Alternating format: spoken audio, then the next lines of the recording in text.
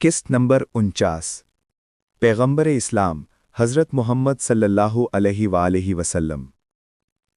हुजूर सल्लल्लाहु अलैहि वसल्लम की रहलत के बाद सरवर कायनात की रहलत का असर यूं तो हर मुसलमान पर हुआ। असहाब भी रोए और हज़रत आयशा ने भी मातम किया। मुस्नद अहमद बिन हंबल जिल्द 6 सफ़ा 673 और तारीख़ कामिल जिल्द 4 सफ़ा 122 और तारीख़ तबरी जिल्द 3 सफ़ा 197।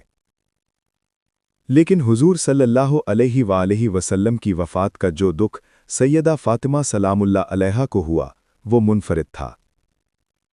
तारीख़ से मालूम होता है कि आपकी रहलत से आलम अलवी और आलम सुफली दोनों ही मुतासिर हुए थे, और उनमें जो चीज़ें हैं वो भी बहुत मुतासिर हुईं। अल्लामा ज़मख़शरी का बयान है कि एक दिन हज़रत ने उम्मे माबद के यहाँ क़याम किया। आपके वुज़ू के पानी से एक दरख्त उगा जो बेहतरीन फल देता रहा। एक दिन मैंने देखा कि उसके पत्ते झड़े हुए थे और मेवे गिरे हुए थे। मैं बहुत हैरान हुई और ये सोच ही रही थी कि हज़रत की खबर आ गई। फिर 30 साल बाद देखा गया कि उस दरख्त पर कांटे आ गए हैं।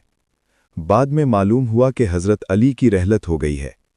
फिर कुछ मुद्दत के बाद उसकी जड़ से ताज़ा खून उबलता हुआ देखा गया। बाद में पता चला कि इमाम हुसैन अलैहिस्सलाम शहीद हो गए हैं। इसके बाद वो खुश्क हो गया।